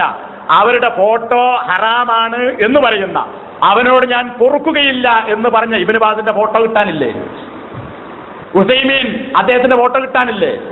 ഷെയ്ഖ് അൽബാനി യന്ത്രങ്ങൾ ഉപയോഗിച്ച് ഫോട്ടോ എടുക്കുന്നത് പോലും തെറ്റാണ് എന്ന് പറഞ്ഞാൽ അദ്ദേഹത്തിന്റെ ഫോട്ടോ കിട്ടാനില്ലേ? അപ്പൊ അങ്ങനെയുള്ള ആളുകളൊക്കെ ഫോട്ടോ ഉണ്ട്. അപ്പൊ ആരെങ്കിലും ഫോട്ടോ എടുത്താൽ അത് ശരിയാണോ? അനുഭവസ്ഥനായ ഒരാൾ പറഞ്ഞിട്ടുണ്ട്, സാരി ഫൗസാന്റെ ക്ലാസ്സിലാണെന്ന് തോന്നുന്നു, അവിടെ അദ്ദേഹം റെക്കോർഡിംഗ് എടുത്തുകൊണ്ട് പോകാൻ വേണ്ടി ആവശ്യപ്പെട്ടു. പക്ഷേ ഇയാളുടെ മുന്നിൽ നിന്ന് മാറ്റിയിട്ട് എന്ത് ചെയ്തു? പിന്നിലിട്ടിരിക്കുന്ന സ്ക്രീനിന്റെ പിന്നിൽ ഒരു പഴുതിലൂടെ ക്യാമറയുടെ കണ്ണുമെല്ലാം വെളിച്ചത്താക്കി വെച്ചു എന്ന് റെക്കോർഡ് ചെയ്തു. അപ്പൊ കണ്ടോ, സാലിഹ് അൽ ഷെയ്ഖ് അല്ലെങ്കിൽ സാലിഹ് അൽ ഫൗസാൻ കണ്ടോ, ഞങ്ങളുടെ കയ്യൊപ്പ് വീഡിയോ പ്രത്യക്ഷപ്പെട്ടിരിക്കുന്നു എന്ന് പറഞ്ഞതിന്റെ അർത്ഥം. ഇനി ഗൾഫിൽ നടക്കുന്ന പ്രധാനപ്പെട്ട ഷെയ്ഖുമാരുടെ ക്ലാസുകൾ ഇത് നിരീക്ഷിക്കപ്പെടുന്നു. രാജാവിന്റെ നിയമമാണ്, റെക്കോർഡ് ചെയ്യണം, പരിശോധിക്കപ്പെടുന്നു. ഭരണകൂടത്തിന്റെ വിരുദ്ധമായി അല്ലെങ്കിൽ വല്ല തെറ്റായ കാര്യങ്ങളും സന്ദേശങ്ങളും അവർ കൊടുക്കുന്നുണ്ടോ എന്ന് പരിശോധിക്കാൻ അത് സർക്കാരിന്റെ നിയമ. അങ്ങനെ റെക്കോർഡ് ചെയ്യപ്പെടുന്നു. അതുകൊണ്ട് ഫോട്ടോ അല്ലെങ്കിൽ വീഡിയോ അനുവദനീയമാണ്, നിങ്ങൾക്ക് കയ്യൊപ്പ് എന്ന് പറയാൻ പറ്റുമോ? ഇല്ല. അപ്പോ അതൊക്കെ നിങ്ങൾ ആളുകളെ കബളിപ്പിക്കുകയാണ് എന്നതാണ്. ഇനിയോ, സിറാജ് ആവർത്തിച്ച് പറഞ്ഞിട്ടുള്ള കാര്യം, അല്പജ്ഞാനികൾ ന്യൂനാൽന്യൂനപക്ഷം എന്ന് പറഞ്ഞതുപോലെ അല്പജ്ഞാനികൾ എന്ന് പറഞ്ഞിട്ടുണ്ട്. ഞങ്ങൾ അല്പജ്ഞാനികളാണ്, ഞങ്ങൾ സമ്മതിക്കുന്നു, സന്തോഷം. കാരണം എന്താ, ഒരു താലിബുൽ ഇൽമിന് ഉണ്ടാകേണ്ട യോഗ്യത പോലും ഉണ്ട് ഞങ്ങൾക്ക് എന്ന് നിങ്ങൾ പറയുന്നില്ല. താലിബുൽ ഇൽമാരാ, മുത്തൂനുകളുണ്ട്, മുത്തൂനിന്റെ കിതാബ്, അതായത് വിശദീകരണങ്ങളില്ലാത്ത പുസ്തകത്തിന്റെ കാമ്പുകൾ മാത്രം കൊടുത്തിട്ടുള്ള മത്തനുകൾ, അതാണ് ടെക്സ്റ്റുകൾ മാത്രം. ഈ മുത്തൂനിന്റെ ഗ്രന്ഥങ്ങളുണ്ട് പല വിഷയങ്ങളിലും. ഈ മുത്തൂനുകൾ കാണാതെ പഠിച്ച് മനസ്സിലാക്കിയിട്ടുള്ള ആളുകളാണ് താലിബുൽ ഇൽമ് എന്ന് പറയുന്നത്. പറയാലോ, ഞാനൊന്നും ഒരു മത്തനും കാണാൻ പഠിച്ചിട്ടില്ല. എനിക്ക് കാണാൻ പഠിക്കാൻ ഞാൻ അതിൽ വളരെ ദുർബലനാണ്. പഠിച്ചാൽ ഉടനെ മറക്കും. അത് എന്തോ അള്ളാഹു എനിക്ക് തന്ന ഒരു ദുർബലതയാണ്. ഞാനത് പലപ്പോഴും പ്രാർത്ഥിക്കാറുണ്ട്. അങ്ങനെ ഒരു ഓർമ്മശക്തി മനഃപ്പാടമാക്കാനുള്ള കഴിവ് കിട്ടാൻ വേണ്ടി അള്ളാഹു സഹായിക്കുമാറാകട്ടെ. അപ്പോ അത്തരം താലിബുൽ ഇൽമിന്റെ യോഗ്യത പോലും ഞങ്ങൾക്കില്ല. ശരിയാണ്. ഫൈസൽ മുസ്ലിയാർ തന്നെ ദമാമിൽ പങ്കെടുത്ത ഒരു കോഴ്സിനെ കുറിച്ച് ഫൈസൽ മുസ്ലിയാർ പറഞ്ഞിട്ടുണ്ട്. അവിടെ ആരുടെയോ റെക്കമെൻഡ് കൊണ്ട് ഒരു ദൗറയിൽ, അറബികൾക്ക് വേണ്ടി സംഘടിപ്പിക്കപ്പെട്ട ഒരു ദൗറയിൽ ഫൈസൽ മുസ്ലിയാർ പങ്കെടുത്തിട്ട് ഒക്കെ ഇങ്ങനെ തട്ടട്ട ഷെയ്ഖുമാര്, ആ കൂട്ടത്തിൽ ഈ ഫൈസൽ മുസ്ലിയാർ. അപ്പോൾ ആ ചോദിച്ചു, നിങ്ങൾ എവിടുന്നാണ്? അപ്പൊ ഒന്നുമില്ല, ഞാൻ താലിബുൽ ഇൽമാണ്. അപ്പൊ താലിബുൽ എന്നാൽ ഒരു വിദ്യാർത്ഥി എന്നുള്ള അർത്ഥം. ആ നിലക്ക് പറഞ്ഞത് ഫൈസൽ മുസ്ലിയാർ. അപ്പോൾ ചോദിച്ചു, നിങ്ങൾ ഏത് മുത്തൂനാ കാണാതെ പഠിച്ചത്? ഇത് ഫൈസൽ മുസ്ലിയാർ പറഞ്ഞതാ. അപ്പൊ ഒരു താലിബുൽ ഇൽമ് ആകണമെങ്കിൽ മുത്തൂന് പഠിക്കണം. നമ്മളാരും മുത്തൂന് പഠിച്ചിട്ടില്ല. അതുകൊണ്ട് ഞങ്ങളെക്കുറിച്ച് അല്പജ്ഞാനികൾ എന്ന് പറഞ്ഞത് ശരിയാണ്. ഞങ്ങൾക്കറിയാൻ ഒരഹങ്കാരമില്ല, താലിബുൽ ഇൽമ് പോലുമല്ല. പിന്നെന്താ, ഷെയ്ഖുമാർ പറയുന്ന കാര്യങ്ങൾ അവരുടെ ക്ലാസ്സുകളും പുസ്തകങ്ങളും കേട്ടും വായിച്ചും ജനങ്ങളോട് പറയുന്നു. ഇത് പറ്റും എന്ന് പണ്ഡിതന്മാരും പറഞ്ഞിട്ടുണ്ട്. പിന്നെയോ, ഇനി അത് വേറെ ആരെങ്കിലും പറയുന്ന കൂട്ടത്തിൽ മാലിക് സലഫിയോ അല്ലെങ്കിൽ അതുപോലെ കിതാബ് തിരിയുന്ന ആളുകളോ പറഞ്ഞാൽ നമുക്ക് കുഴപ്പമില്ല, നമ്മൾ അല്പജ്ഞാനികളാണ്. ഇനി അബൂബക്കർ സലഫി പറഞ്ഞാൽ കുഴപ്പമില്ല, എനിക്ക് അറബി തിരിയില്ല എന്ന് അബൂബക്കർ സലഫി പറഞ്ഞിട്ടുണ്ട്. ശരിയാണ്, അയാളത്ര വിവരിച്ചില്ല. ഇനി ഈ സിറാജ് പറഞ്ഞാലാണ് നമുക്ക് സങ്കടം. കാരണം എന്താ, പെരുവരൽ തള്ളംപരലില്ലാത്തവൻ ചിന്നംപരലില്ലാത്തവൻ ചീത്ത പറഞ്ഞു എന്ന് പറയലുണ്ട്. ഇത് കയ്യുമില്ല കാലുമില്ല വിരലുമില്ലാത്ത ഒരുത്തൻ നമ്മളെക്കുറിച്ച് അല്പജ്ഞാനി എന്ന് ആവർത്തിച്ച് പറഞ്ഞത് വളരെ കഷ്ടമായി പോയി എന്നേ സങ്കടത്തോടു കൂടി പറയാനുള്ളൂ. ഇത് ഞാൻ അങ്ങനെ പറയാൻ കാരണം, എന്തിനാ നിങ്ങൾ ഇങ്ങനെ വ്യക്തിപരമായി വിമർശിക്കുന്നത് എന്ന് ചിലപ്പോൾ ചില ആളുകൾ ചോദിക്കാം. ഇത് ദഹിക്കാതിരിക്കും. ഇത് വ്യക്തിയെക്കുറിച്ച് വിമർശിക്കാൻ കാരണം അല്പജ്ഞാനികൾ എന്ന് അല്പം പോലും ജ്ഞാനമില്ലാത്ത സിറാജ് പറഞ്ഞതുകൊണ്ട് മാത്രമാണ്. ഇത് ആരാണ് സിറാജ് എന്നും സിറാജിന് ഏത് വാചകം വായിക്കാൻ കഴിയുമെന്നും അടുത്തറിയുന്ന ആളുകൾക്ക് അറിയാം. എന്റെ അനുഭവം വെച്ചാണ് ഞാൻ പറയുന്നത്. ഞാൻ കുവൈത്തിലുണ്ടായിരുന്നപ്പോൾ സിറാജുൽ ഇസ്ലാം സംഘടനാ ചാനലിലൂടെയല്ല, വേറെ ഒരു ആളുടെ കെയർ ഓഫിലൂടെ, അതൊന്നും ഇപ്പോൾ പറയേണ്ട കാര്യമല്ലോ, അങ്ങനെ കുവൈത്തിൽ വന്ന സമയത്ത് നേരത്തെ പ്ലാൻ ചെയ്ത അല്ലാത്തത് കൊണ്ട് ഉദ്ദേശിച്ച ദിവസങ്ങളിലോ അവസരങ്ങളിലോ പരിപാടി കൊടുക്കാൻ കഴിയില്ല. അപ്പൊ ഇതിനെ കുറച്ച് പരിപാടികളൊക്കെ കൊടുക്കണമല്ലോ. അങ്ങനെ കൊടുക്കുക എന്നുള്ളതൊക്കെ അവിടെ ഉണ്ടായ ചർച്ചയാണ്. ഞാൻ എൻ്റെ മുഴുവൻ വശങ്ങളിലേക്ക് പോകില്ല. ഏതായിരുന്നാലും അവിടെ പരിപാടി പലതും കൊടുത്തു. കൂട്ടത്തിൽ ചൊവ്വാഴ്ച ദിവസങ്ങളിൽ ഹവല്ലി എന്ന് പറയുന്ന ഒരു സ്ഥലത്ത് ഒരു സഹോദരൻ്റെ സക്കീർ എന്ന് പറയുന്ന പ്രവർത്തകൻ, അയാളുടെ വീട്ടിലാണ് എൻ്റെ ഓർമ്മ. അവിടെ ഹാഫിദുൽ മുന്തിരിയുടെ മുഖ്തസർ സഹീഹ് മുസ്ലിമിന്റെ ഒരു മുഖ്തസറുണ്ട്, ഷോർട്ട് ഉണ്ട്, ഇതിനൊക്കെ കുറച്ച് കട്ടില്ല. അത് ഞാൻ അവിടെ ക്ലാസ് എടുക്കാറുണ്ടായിരുന്നു. അപ്പൊ എന്നോട് അഷ്റഫ് എഗരൂൽ എന്ന് പറയുന്ന കുവൈത്തിൽ ഇന്നുമുള്ള ഇസ്ലാഹി സെന്ററിന്റെ ഒരു പ്രവർത്തകനാണ് അഷ്റഫ് എഗരൂൽ വിളിച്ചു പറഞ്ഞു, ഏതായാലും സിറാജ് വന്നിട്ടുണ്ടല്ലോ, സിറാജിന് ഒരു പരിപാടി കൊടുക്കണം, വേറെ അവസരമില്ല, അതുകൊണ്ട് ഇന്നത്തെ പരിപാടി സിറാജ് നടത്തിക്കോട്ടെ. സിറാജ് ആകുമ്പോൾ ഒന്ന് പുതിയ ആളുകളെ നമുക്ക് ക്ഷണിക്കാം, എന്നിട്ട് വിഷയം മാറ്റണ്ട, നിങ്ങൾ തുടർച്ചയായി വായിച്ചു വരുന്ന ഈ മുഖ്തസർ സഹീഹ് മുസ്ലിം തന്നെ വായിച്ചോട്ടെ എന്ന് പറഞ്ഞു. ഞാൻ ആയിക്കോട്ടെ, കുഴപ്പമില്ല, എനിക്കൊരു സമയം ലീവ് കിട്ടിയല്ലോ. അങ്ങനെ കൊടുത്തു. അപ്പോൾ സിറാജിന്റെ ഇങ്ങനെ ഒരു തിരിഞ്ഞുകളി, അങ്ങനെ തിരിഞ്ഞു കളിക്കുന്ന ആ മേശൻ്റെ അടുത്തുകൂടി ഫോണൊക്കെ വെക്കണ മേശ ഇസ്ലാഹി സെൻ്ററിൻ്റെ ഓഫീസിൽ. അപ്പം എന്നോട് ചോദിച്ചു എന്താ നിങ്ങൾ ഏതാ കിതാബ് എടുക്കൽ? ഞാൻ പറഞ്ഞു ഇന്ന കിതാബാണ്. അത് എവിടെ എത്തിയത്? അപ്പോൾ ഒന്ന് വായിച്ചു തരുമോ എന്നോട്? ഹക്കാൻ ഇതൊന്ന് വായിച്ചു തരുമോ? അപ്പം ഞാൻ അതിലെ 28, 29 എന്നാണ് ഹദീസ് നമ്പർ ഞാൻ ഓർക്കുന്നത്. അവിടെ കപടവിശ്വാസികളായ ആളുകളെ വലിയ മരങ്ങളോട് നബി ഉദാഹരിക്കുന്നു. ഏതാണ്? അർസ എന്ന വൃക്ഷത്തോട്. സത്യവിശ്വാസികളെ നിലംപറ്റി നിൽക്കുന്ന ചെടികളോട് ഉദാഹരിക്കുന്നു. കാരണം എന്താ? നിലംപറ്റി നിൽക്കുന്ന ചെടി ഒരു കൊടുങ്കാറ്റുണ്ടായാലും വീഴൂല. വലിയ മരം കാറ്റിൽ പതറി വീഴും. അപ്പോൾ കപടവിശ്വാസി ഈ വലിയ മരം പോലെ നമ്മളുള്ള വടുവൃക്ഷം വേഗം വീണ സാധനം, നിലംപറ്റി വീഴൂല. ഇത് ഉദാഹരിക്കുന്ന ഒരു ഹദീസാണ്. അതുപോലെ അതും ആ ഹദീസുകളും അതിൻ്റെ അപ്പുറപ്പുറമുള്ള ചില ഹദീസുകളും ഞാൻ വായിച്ച് പദാനുപദം അർത്ഥം പറഞ്ഞു വിട്ടു. അപ്പം ഞാൻ വിചാരിച്ച് പിറ്റത്തെ ആഴ്ച അതിൻ്റെ ബാക്കി വായിച്ചാൽ മതിയല്ലോ. അപ്പോൾ ചോദിച്ചു നോക്കുമ്പോൾ ഈ സംഘടിപ്പിച്ച ആളുകളും ഇയാളെ ഏൽപ്പിച്ച ആളുകളോട് പറഞ്ഞ് അയാൾ അത് വായിച്ചിട്ടില്ല. അപ്പം എന്താ കാരണം? ഈ ഹദീസ് വായിച്ച് അർത്ഥം പറയാൻ ധൈര്യമില്ലാത്തത് കൊണ്ട് എന്നിട്ട് വേറെന്തോ വിഷയം പറഞ്ഞിട്ട് പോന്നു. ഇത് കുവൈത്തിലുള്ള ഇതുമായി ബന്ധപ്പെട്ട ഞാനീ പറഞ്ഞ പ്രവർത്തകർ നിഷേധിക്കുമെന്ന് തോന്നുന്നില്ല. അതുകൊണ്ടാണ് ഞാൻ നേരത്തെ പറഞ്ഞത് ആരോ ഹരക്കത്തിട്ട് കൊടുത്തതിൽ തെറ്റിയതാകാം. പക്ഷെ നല്ല കഴിവുണ്ട്. എന്തിന്? ആ ഹരക്കത്തിട്ട് കൊടുത്താൽ നന്നായി വായിക്കാൻ കഴിവുണ്ട്. അത് മനഃപ്പാഠമാക്കാൻ അതിലേറെ കഴിവുണ്ട്. ഏത് ഇബാറത്തും കാണാതെ പഠിച്ച് നോട്ടില്ലാതെ പ്രസംഗിക്കും. ഞാനൊന്നും നോട്ടില്ലാതെ പ്രസംഗിക്കില്ല. അത് കെ കെ മുഹമ്മദ് സുല്ലൈ പറഞ്ഞതാണ്. ഏത് നോട്ടുണ്ട് കുത്തുബക്കാണെങ്കിലും അറിയുന്ന ആയത്താണെങ്കിലും നോട്ടാക്കിയിട്ടേ പ്രസംഗിക്കാവൂ. അത് കേൾക്കാവുന്ന ഉപദേശമാണ്. അപ്പോൾ ഓർമ്മക്കുറവ് കൊണ്ടും തെറ്റിപ്പോകാതിരിക്കാനും വിഷയം മാറിപ്പോകാനും കൃത്യമായി എഴുതി നോട്ടാക്കി തന്നെ പ്രസംഗിക്കാറുണ്ട്. അപ്പോൾ കയ്യിൽ നോട്ടില്ലാതെ പ്രസംഗിക്കാൻ കഴിയുന്ന ആളാണ് ആര്? ഇറാൻ. പക്ഷേ നമ്മളെ അല്പജ്ഞാനികൾ എന്ന് വിളിക്കാൻ മാത്രമുള്ള കഴിവ് ഉണ്ട് എന്ന് നമ്മൾ മനസ്സിലാക്കുന്നില്ല. അതുകൊണ്ടാണ് വേറെ ആരെങ്കിലും പറഞ്ഞാൽ അത് കുഴപ്പമില്ലായിരുന്നു എന്ന് ഞാൻ സൂചിപ്പിച്ചിട്ടുള്ളത്. അതുകൊണ്ട് സഹോദരന്മാരെ ഞാൻ ഇവിടെ അവസാനിപ്പിക്കുകയാണ്. ഇനി ഒറ്റ കാര്യം കൂടി പറയട്ടെ. ഈ പ്രോഗ്രാം നോട്ടീസ് എന്താണ്? അന്താരാഷ്ട്ര ഖുർആൻ സമ്മേളനം. ഇതുവരെ പലപ്പോഴും KNM-നെയും മടവൂരികളെയും സംഘടനാ പ്രവർത്തനങ്ങളെയും ചില അപാകതയും ഒക്കെ വിമർശിച്ചുകൊണ്ട് നമ്മളൊക്കെ പറയും തൗഹീദ് ക്യാമ്പയിൻ, അങ്ങനെ തൗഹീദ് ക്യാമ്പയിൻ 1000 തൗഹീദ് പ്രഭാഷണം. എന്നിട്ടോ നടക്കുന്നത് എത്ര? ഒരു 100 പ്രഭാഷണം. 100 പ്രഭാഷണത്തിൽ തൗഹീദ് പറയുന്ന എത്ര? വളരെ കുറച്ച്. അതിൽ റുബൂബിയ്യ കൂടാതെ ഉലൂഹിയത്ത് കൂടി പറയുന്ന പരിപാടികൾ എത്ര? വളരെ കുറച്ച്.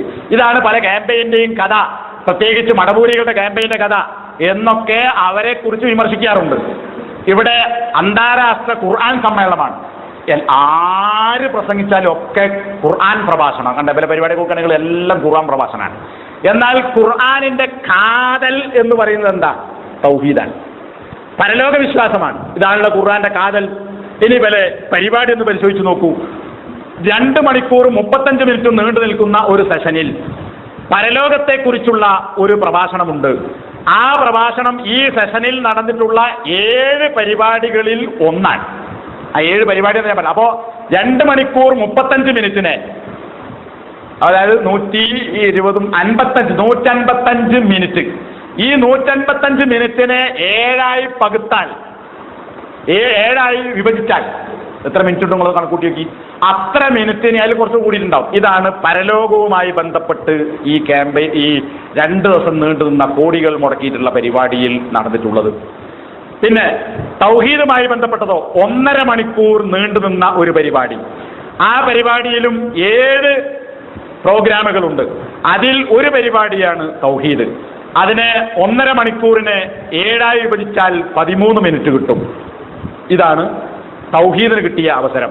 പിന്നെ മരണാനന്തരം എന്ന് പറഞ്ഞുകൊണ്ട് നേരത്തെ പറഞ്ഞ ചെകിട് കേൾക്കാത്ത ആളുകൾക്ക് വേണ്ടി 5ാം വേദിയിൽ നടത്ത പരിപാടിയിൽ മരണശേഷം എന്ന ഒരു സെഷനുണ്ട്. അതാർക്കാ? ചെവിട് കേൾക്കാത്ത ആൾക്കാർക്ക്. അപ്പോൾ ചെവിട് കേൾക്കുന്ന, കണ്ണ് കാണുന്ന, മനസ്സിലാക്കുന്ന ആളുകൾക്ക് ഈ 2 ദിവസത്തെ പരിപാടിയിൽ കൊടുത്തിട്ടുള്ളത് 2.5 മണിക്കൂറും 1.5 കൂട്ടിയത്ര 2.5, 3, 4 മണിക്കൂറിൽ 7, 7, 14 പരിപാടി. 14 പരിപാടികളിൽ 2 പരിപാടിയാണ് തൗഹീദിനും പരലോകത്തിനും കൊടുത്തിട്ടുള്ളത്. ഇതാണോ ഖുർആന്റെ കാതൽ? ഇതാണോ ഒരു സമ്മേളനത്തിന്റെ സലഫിയത്ത്? ആ സമയത്ത് എത്ര കാഫറുകൾക്ക് നിങ്ങൾ സമയം കൊടുത്തു? പ്രസീഡിയത്തിന് എത്ര സമയം കൊടുത്തു? പിന്നെ നന്ദി പറയാൻ എത്ര അവസരം കൊടുത്തു? പിന്നെ ചാനലിലൊക്കെ കാണുന്ന വേറെ സാധനമുണ്ട്, ആങ്കർ. ഈ ആങ്കർ, ഇതൊക്കെ ഈ ചാനലിൽ നിന്ന് വന്ന ശൈലിയാണ്. അങ്ങനെ നിങ്ങളിപ്പോൾ അവതരിപ്പിച്ച കുറേ ആങ്കറുകൾ, ഈ ആങ്കറുകൾക്ക് എത്ര സമയം കിട്ടി? ഇത് പറയാൻ എത്ര സമയം കിട്ടി നിങ്ങൾ കണക്കൂട്ടി നോക്കി. അതുകൊണ്ട് സഹോദരന്മാരെ ഞാൻ അവസാനിപ്പിക്കുന്നു. ഇതൊക്കെ പറഞ്ഞത് നിങ്ങൾ ഇത്തരം വിമർശനങ്ങൾ പറഞ്ഞ് പറയിപ്പിച്ചത് കൊണ്ട് നിങ്ങളുടെ നസീഹത്ത് കൊണ്ട് പറഞ്ഞതാണ്. എൻ്റെ വാക്കിൽ ഞാൻ ഇന്നലെയും ഇന്നും അള്ളാഹുവിനോട് പ്രാർത്ഥിച്ചിട്ടുണ്ട്, അപകടകരമായ ഒരു പ്രയോഗവും പറഞ്ഞു പോകാതിരിക്കാൻ. എൻ്റെ ഭാര്യ എന്നോട് ഒരുപാട് വസിയത്ത് ചെയ്താണ്. വേറെ പലരും സൂചിപ്പിച്ചിട്ടുണ്ട്, പറയുന്നതിൽ എന്ത് ചെയ്യണം, കൃത്യമായി പറയണം, പക്ഷേ ആരെയും പ്രകോപിപ്പിക്കുന്ന സംസാരങ്ങൾ വരുത്തരുത് എന്ന്. കാരണം പിന്നെ അയ്മ പിടിച്ചു തൂങ്ങും. ശരിയാണ്. അപ്പോൾ അവിടെ ഞാൻ പ്രാർത്ഥിച്ചിട്ടാണ് ഈ പ്രസംഗത്തിന് വന്നത്. ഇനി എന്തെങ്കിലും എൻ്റെ സംസാരത്തിൽ കടന്നു പോയിട്ടുണ്ടെങ്കിൽ സൂചിപ്പിച്ചാൽ തിരുത്താനും പിൻവലിക്കാൻ ഞാൻ തയ്യാറാണ്. അള്ളാഹു നേർവഴി കാണിച്ചു തരുമാറാകട്ടെ. ഇനി ഈ പറഞ്ഞതൊന്നും പറഞ്ഞല്ലോ നിങ്ങളോടൊരു ശത്രു കൊണ്ടല്ല, സിറാജിനെ മുൻനിർത്തിയുമല്ല, മറിച്ച് സിറാജിന്റെ പ്രസംഗം കേട്ട ആളുകളെ മുന്നിൽ വെച്ചുകൊണ്ടാണ് ഈ കാര്യങ്ങൾ നമ്മൾ പറഞ്ഞിട്ടുള്ളത്. നിങ്ങളുടെ പരിപാടിക്ക് ലക്ഷങ്ങൾ കൊടുത്ത് 10,000 കൊടുത്ത് സഹായിച്ചിട്ടുള്ള നല്ല ഇഖ്ലാസ് ഉണ്ടെന്ന് ധരിക്കുന്ന ആളുകളെ മുന്നിൽ നിർത്തിയുമാണ്. നിങ്ങൾ ആലോചിക്കൂ, ഇതാണോ സലഫിയത്ത്? ഇതിനാണോ പണം ചെലവഴിക്കേണ്ടത്? ഇതിനാണോ സമയം ചെലവഴിക്കേണ്ടത്? ഇതാണോ സംഘടന കൊണ്ടുണ്ടാകുന്നത്? ഇനിയിവിടെ സെറ്റപ്പ്